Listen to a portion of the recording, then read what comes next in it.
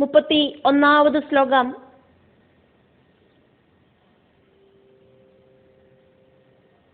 മുനയഃ പദവീം യസ്യ നിസ്സംഗേന ഉരുജന്മഭിഃ ന വിദുഃ മൃഗയന്തഃ അപി തീവ്ര യോഗ സമാധിന. മുനയഃ പദവീം യസ്യ നിസ്സംഗേനോരുജന്മഭിഃ ന വിദുർമൃഗയന്തോപി തീവ്രയോഗ സമാധിന. യസ്യ பரம்பொருளாயிருக்கிற பகவானோடு பதவியும் வைகுண்ட பதமாயிருக்கிற ஸ்தானத்தை நிஸ்ஸங்கேன பிரபஞ்ச விஷயமாயிருக்கிற ஒന്നുകൂടെയും അറ്റാച്ച്മെന്റ് ഇല്ലാതെക്ക് തീവ്ര യോഗ സമാധിന അഷ്ടാംഗ യോഗങ്ങളാല് ഭഗവാന് മൃഗയന്തഃ തേടി നടക്കற മുനയഃ മുനികൾ മനസ്സ കൺട്രോൾ செஞ்சு பகவானை கான்சென்ட்ரேஷன் ஆயிட்டு பஜிக்கிறதுக்கு எபிலிட்டி இருக்கிறவாளாக்கும் முனிகள். ஒரு ஜென்மபிகி நிறைய ஜென்ம ஜென்மாந்தரங்கள் ஆயிட்டாக்கும் பகவானை தரிசிக்கிறதுக்கு அவ முயற்சி பண்றா. அபி அப்படி இருந்தா கூட ந விதுஹு அவளுக்கு பகவானை தரிசிக்கிறதுக்கு சாதிக்கிறதில்லை. பகவானை பிராபிக்கிறதுக்கு ஜென்ம ஜென்மாந்தரங்கள் ஆயிட்டு தேடி நடந்துட்டு முடிய மாட்டேங்கிறது. பாலனான உனக்கு அதுக்கு சாதிக்காது. வீட்டுக்கு திரும்பி போ. அம்மாவோட மடியில ஏறி உக்காந்துண்டு விளையாட்டு பொருள்கள் எல்லாம் எடுத்து உபயோகிச்சு விளையாடு அப்படின்னு நாரதர் சொல்றார். தபஸ் இருக்கிறதுக்கு கிளம்பின துருவனை தபஸ் இருக்கிறதுக்கான பிரேரணை கொடுக்காதக்கு துருவனோடு மனசோடு அந்த தைரியத்தை இல்லாம பண்றதுக்கான முயற்சிகளை பண்றார் நாரதர். இனியும் இந்த சத்திரிய ராஜகுமாரனுக்கு தபஸுக்கு போகிறதுக்கு தோணுமா அப்படிங்கிறத தெரிஞ்சுக்கணுமே. இந்த அளவுக்கெல்லாம் சொன்னதுக்கு அப்புறமும் இந்த மனசு பகவானை பார்க்கணும் அப்படிங்கிற விஷயத்துல உறுதியா நிற்குமா அப்படிங்கிறத தெரிஞ்சுக்கணுமே.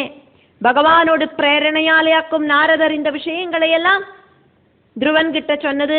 பகவானேயான நாரதர் துருவனோடு மனோதிருடத்தை டெஸ்ட் பண்றார். பகவானை பிராபிக்கிறதுக்கு எபிலிட்டி இருக்கிறவனாக்குமா இந்த துருவன் அப்படின்னு டெஸ்ட் பண்ணி தெரிஞ்சுக்கிறார்.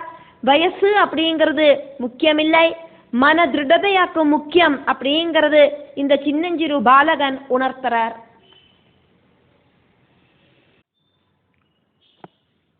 ஒரு ஜென்மபிகி நிறைய ஜென்மங்களில நிஸ்ஸங்கேன எந்தவித அட்டாச்மெண்ட்டும் இல்லாதக்கி இந்த பிரகிருதியுமாயிட்டு இருக்கிற எல்லா அட்டாச்மெண்ட்டையும் இல்லாம பண்ணிண்டு தீவிர யோக சமாதினா ரொம்ப டீப்பான யோக சமாதி பிராக்டிஸ் வழி மிருகயந்தகா அபி தேடி நடந்துட்டு முடியும்.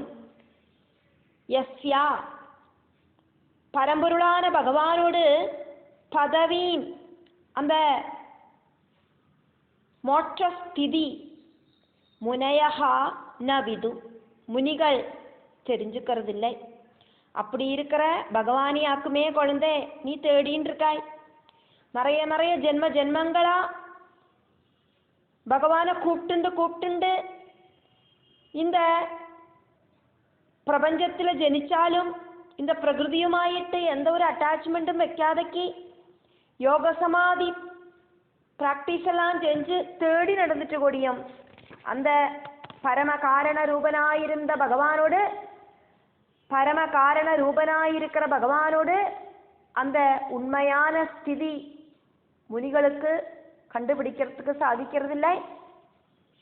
அப்படி இருக்கிற பரம காரண ரூபனாயிருக்கிற பகவானியாக்குமே குழந்தை நீ தேடுற.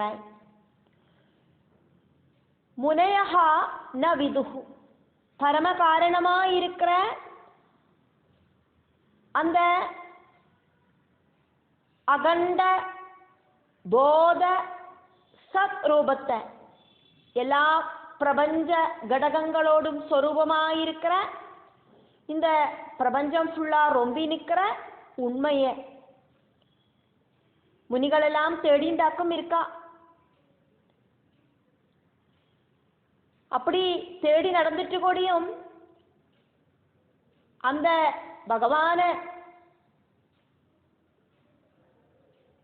கண்டுபிடிக்கிறதுக்கு முனிகளுக்கு கொடியும் ஈஸி கிடையாது. என்னவாக்கும் காரணம் அப்படின்னாக்கா, போதத்துல நாமரூபங்கள் இப்படி வந்து போகிறத அது சத்தியமாக்கும் அப்படின்னு நினைச்சு ராகத்வேஷ ரூபத்துல അതുമായിട്ട് ബന്ധിച്ച് മോഹം ഉണ്ടാകുന്നതാക്കും. അതുക്ക് കാരണം മായയിനാല് എന്നെല്ലാം നാമരൂപങ്ങൾ ഉണ്ടാനാലും അത് ബ്രഹ്മമാക്കും அப்படின்னு சொல்ல முடியாதே. நம்மளால കാണുறதும் கேட்கறதும் தொடறதும் எதெல்லாம் சாதிக்கிறதோ അതൊന്നും ബ്രഹ്മം கிடையாது. பரமார்த்தமாயிருக்கிற வஸ்து அதை அனுபவிச்சுதான் தெரிஞ்சுக்கணும். ஜென்மனாலே இருக்கிற ராகத்வேஷ விஷயங்கள் எல்லாம் இருக்கிறதுனாலேயாக்கும் பரபிரம்மத்தை தெரிஞ்சுக்கிறதுக்கு சாதிக்கிறதில்லை. மல்லிப்பூ, ஜமந்திப்பூ, செம்பகப்பூ, தெச்சிப்பூ இப்படின்னு விவித பூக்கள் இருக்கு. ഓരോ പൂക്களுக்கும் ഓരോ மணமாக்கம் இருக்கு. அதே மாதிரி நம்மளோட வாழ்க்கையில பலவிதமான வாசனைகள் இருக்கு. அந்த வாசனைகள் எல்லாம் இல்லாம ஆனாதான் நமக்கு அந்த பரபிரம்மத்தை அடையறதுக்கு சாதிக்கும். ஜென்மனாலே இருக்கிற ராகத்வேஷ விஷமா தீரற மனசு அது பகவானை பார்க்கறதுக்கு எபிலிட்டி இல்லாம ஆயிடுறது. ഫസ്റ്റ് ശാസ്ത്രീയമായിട്ട് அந்த புத்தியை கண்ட்ரோலில் நிறுத்தணும். அதுக்கப்புறமா டெய்லி கண்டினியூஸ் ஆயிட்டு சத்தியத்தை மனசுல அனுசந்தானம் செஞ்சு பேத சிந்தனையும் ராகத்வேஷங்களையும் அகத்தி நிப்பாட்டணும். அப்படி நான் அப்படிங்கிற பாவம் நகர்ந்து போறதோடு கூடிட்டு நான் உள்பட சர்வமும் பிரம்மஸ்வரூபமாக்கும் அப்படிங்கிற அனுபவம் வந்து சேரும். இந்த மாயையை ஜெயிக்கிற விஷயம் முனிகளுக்கு கூடியும் ஈஸி கிடையாது குழந்தை. நிரந்தரமான பிரம்ம அனுசந்தானம் இல்லாதக்கி நிசங்கத்துவமோ தீவிர சமாதியோ பிராக்டிஸ் பண்ணினதுனாலேயோ ஒன்றும் மனசு அடங்கி நிற்காது. இந்த விஷயத்தையாக்கும் நாரதர் பாலனான துருவனை ஞாபகப்படுத்துறார். குழந்தை, அதனால நீ இந்த முயற்சியிலேருந்து நகர்ந்துக்கிறது தான் நல்லது. மோட்ச அனுபவத்துக்கான காலம் வந்து சேரத்த உனக்கு அதுக்கான பிரயத்னத்தை செய்யலாம். அதாவது காலங்களில தெய்வஹிதம் അനുസരിച്ച് വന്നു ചേരറ സുഖദുഃഖങ്ങൾ സന്തോഷത്തോടു കൂടിയിട്ട്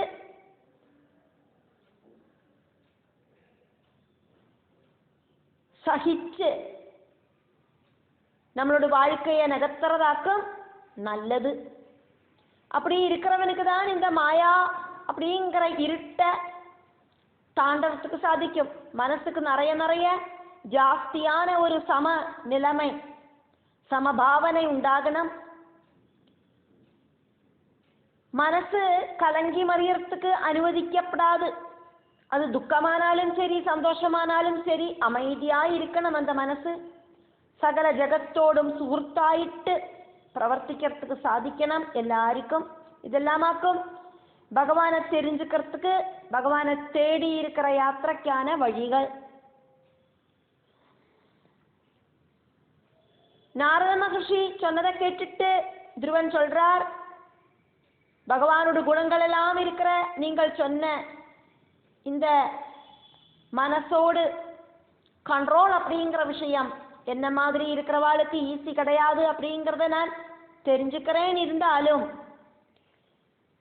என்னோட மனசு என்னோட அப்பாவோடும் சித்தியான சுருஜியோடும் வாக்ஷரங்களால சுக்கு நீரா முறிஞ்சு போயிருக்கு. அதனால சிரேஷ்டமான லட்சியம் கிடைக்கிறதுக்கான வழி நீங்களே காட்டி தரணும். பிரம்மாவோட புத்திரனா இருக்கிற நீங்கள் வீணையில நாராயணா நாராயணான்னு சொல்லிட்டு நாதம் மீட்டிண்டு இந்த உலகத்தையே குஷிப்படுத்துறவராக்குமே அப்படின்னு சொல்றார் துருவன். அதுக்கு பகவான் நாராயணமூர்த்தியே ஆன நாரதர் சொல்றார், குழந்தை உன்னோட அம்மை உனக்கு சொல்லி தந்தாலே துக்க மோசனத்துக்கான மார்க்கம், அதுதான் ஒரே ஒரு வழி. பகவான் ஹரியோடு பாத சேவனையால மட்டும்தான் உனக்கு அது சம்பாதிக்கிறதுக்கு சாதிக்கும். யமுனா தடத்துல ஹரியோடு நித்திய சாநித்தியம் இருக்கிற மதுவனத்துல போயிட்டு எல்லாம் மறந்து பகவான மனசுல நன்னா உறப்பிச்சு தபஸ் அனுஷ்டிச்சுக்கோ. ஓம் நமோ பகவதே வாசுதேவாயா அப்படிங்கிற மந்திரத்தை கண்டினியூஸ் ஆயிட்டு சொல்லிண்டு விவிததரம் பூக்களால மனச பகவன்மயமாக்கி மாற்று. ரொம்ப ரொம்ப கருணை பாவம் இருக்கிற பகவானோட ஆசைகளை எல்லாம் சாதிச்சு தருவர். துருவன் அதுக்கப்புறமா நேர மதுவனத்துக்கு போய் நிரந்தரமான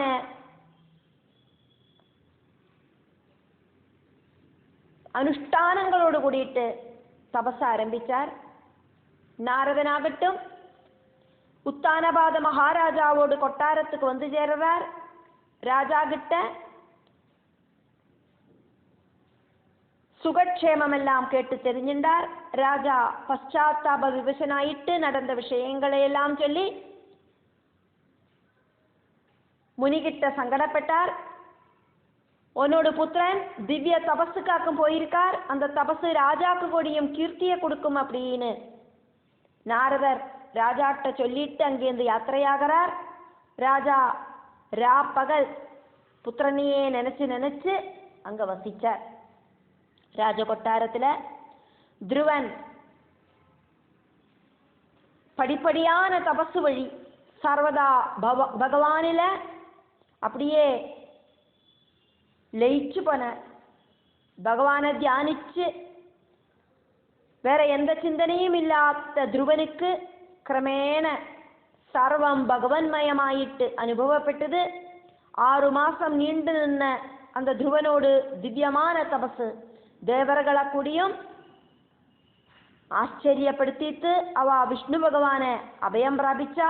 இந்த பிரபஞ்சம் ஃபுல்லா மூச்சு முட்ட தொடங்கிட்டு துருவன் அந்த மூச்சு காத்தை இழுத்து பிடிச்சுண்டு தபசு செஞ்சோன துருவ தபஸுக்கு பரிகாரம் உண்டாக்கணும் அப்படின்னு எல்லாரும் ரிக்வெஸ்ட் பண்ணினா. அதை தொடர்ந்து பகவான் விஷ்ணு கருடாரூடனாயிட்டு பக்தனை பார்க்கறதுக்கு மதுவனத்துக்கு வந்து சேர்ந்தார். யோகாராதன வழி துருவனுக்கு மின்னல் பிரபை இருக்கிற பகவல் ரூபம் ஹிருதயத்தில் பார்த்த அந்த பகவல் ரூபம் அந்த ஹிருதயத்திலேருந்து திடீர்னு காணாம போச்சு. அதே மாதிரி ஹிருதயத்தில் பார்த்த அதே சதுர்பாஹு ஸ்வரூபம் துருவனுக்கு முன்னால காணறதுக்கு சாதிச்சது. அந்த குழந்தை பகவானோட முன்னால தண்ட நமஸ்காரம் செஞ்சான். என்னெல்லாமோ சொல்லணும் அப்படின்னு ஆசைப்பட்டு இருந்த துருவனுக்கு பகவல் தர்சன ஆனந்த பரவசதையில வாயை திறந்து பேசுறதுக்கு முடியாம ஸ்டாச்சு மாதிரி நிற்க முடிஞ்சது. இருந்தா கூட அந்த பகவான் துருவனோட தேவைகளை எல்லாம் புரிஞ்சுண்டு வேதமயமான சங்கால துருவனோடு கன்னத்தை ஸ்பர்ஷிச்சார். சங்கு ஸ்பர்ஷம் உண்டானதோடு கூடிட்டு துருவனோடு ஹிருதயம் சர்வ வேதங்களையும் ரிசீவ் பண்ணிட்டு ரொம்ப ரொம்ப தேஜஸ் இருக்கிறதாயிட்டு பவிச்சுது. அப்படி ஸ்ருதிசாரம் இன்க்ளூடாயிருக்கிற திவ்ய வச்சனங்களால அந்த பாலன் பகவானை மறுபடியும் மறுபடியும் ஸ்துதிச்சார். இதெல்லாமாக்கும் நம்ம பார்க்க போறோம். 32வது ஸ்லோகம். அதஹ நிவர்த்ததாம் ஏஷஹ நிர்பந்தஹ தவ நிஷ்ஃபலஹ அதோ நிவர்த்ததாமேஷ நிவர்த்ததாம் ஏஷ அதோ நிவர்த்ததாமேஷ நிர்பந்தஸ்தவ நிஷ்ஃபலா யதிஷ்யதி பவான் காலே ஸ்ரேயசாம் சம் உபஸ்திதே யதிஷ்யதி பவான் காலே ஸ்ரேயசாம் சமுபஸ்திதே அதோ நிவர்த்ததாமேஷ நிர்பந்தஸ்தவ நிஷ்ஃபலா யதிஷ்யதி பவான் காலே ஸ்ரேயசாம் சமுபஸ்திதே.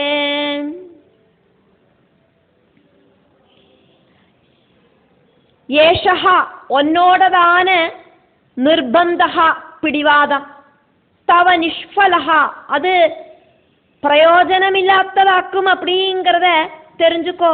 அதஹா அதனால நீ நாடு உபேட்சிச்சு வனத்துக்கு போகாதக்கி ராஜகொட்டார உன்னோட அம்மை எல்லாரையும் வேண்டான்னு வச்சுட்டு வனத்துக்கு போகாதக்கி நிவர்த்ததாம் திரும்ப வீட்டுக்கு திரும்பி போ குழந்தை.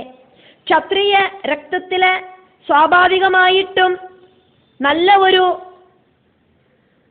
எனர்ஜெட்டிக் உண்டாகும், நல்ல வாசி இருக்கும், பிடிவாதம் இருக்கும்.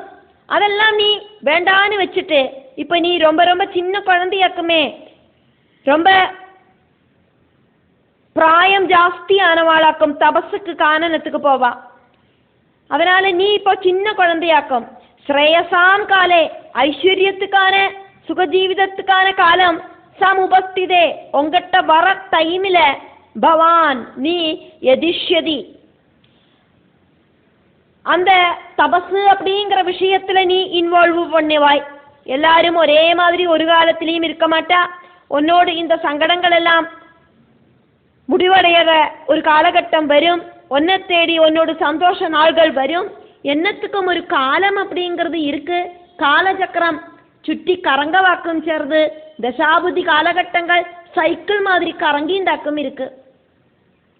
മനുഷ്യനോട് ആയുൾ ജ്യോതിശാസ്ത്ര പ്രകാരം പടി 120 വയസ്സാക്കും அப்படிங்கிறத நம்ம நிறைய இடத்துல பார்த்துட்டோம். இருந்தாலும் இங்க அதை பற்றி சொன்னதுனால மறுபடியும் அந்த சைக்கிள் ஒன்று பார்க்கலாம். கேது தசை 7 வருஷம், சுக்கிரதசை 20 வருஷம், சூரிய தசை 6 வருஷம், ചൊവ്വാദശை 7 வருஷம், சந்திரதசை 10 வருஷம்,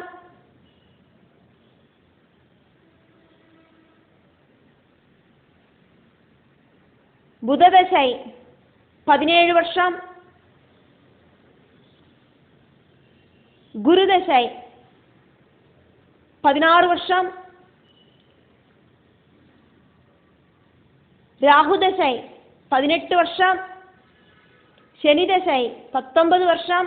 இப்படியாக மொத்தம் 120 வயசாக்கும் மனுஷனோட ஆயுள் அப்படின்னு சொல்லப்படுறது. இப்போ உனக்கு 5 வயசு தானே இருக்கு. இனியும் எத்தனையோ தசாபுத்தி காலகட்டங்கள் எல்லாம் கடந்து போகணும். அப்போதான் உனக்கு வயசாகும்.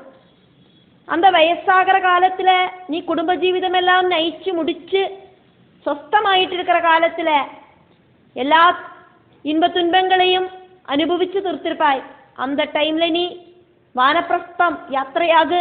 அதுக்கப்புறமா நீ அங்கே தபசிருந்து பகவானை தரிசிக்கலாம் அப்படின்னாக்கும் நாரத மகர்ஷி இப்போ இது வரைக்கும் சொன்னது. தசாகாலங்கள் சைக்கிள் மாதிரி கறங்கி திரியும். மனுஷனோட ஆயுசு முடிஞ்சானா பின்ன அவனுக்கு தசாகால கட்டங்கள் அந்த சைக்கிள் சக்கரம் தெரியாது. அவனோட ஆயுசு என்னைக்கு முடியறதோ அதோடு கூட்டிட்டு அவனோடு அந்த வாழ்க்கை சக்கரம் ஃபுல் ஸ்டாப் ஆகிறது.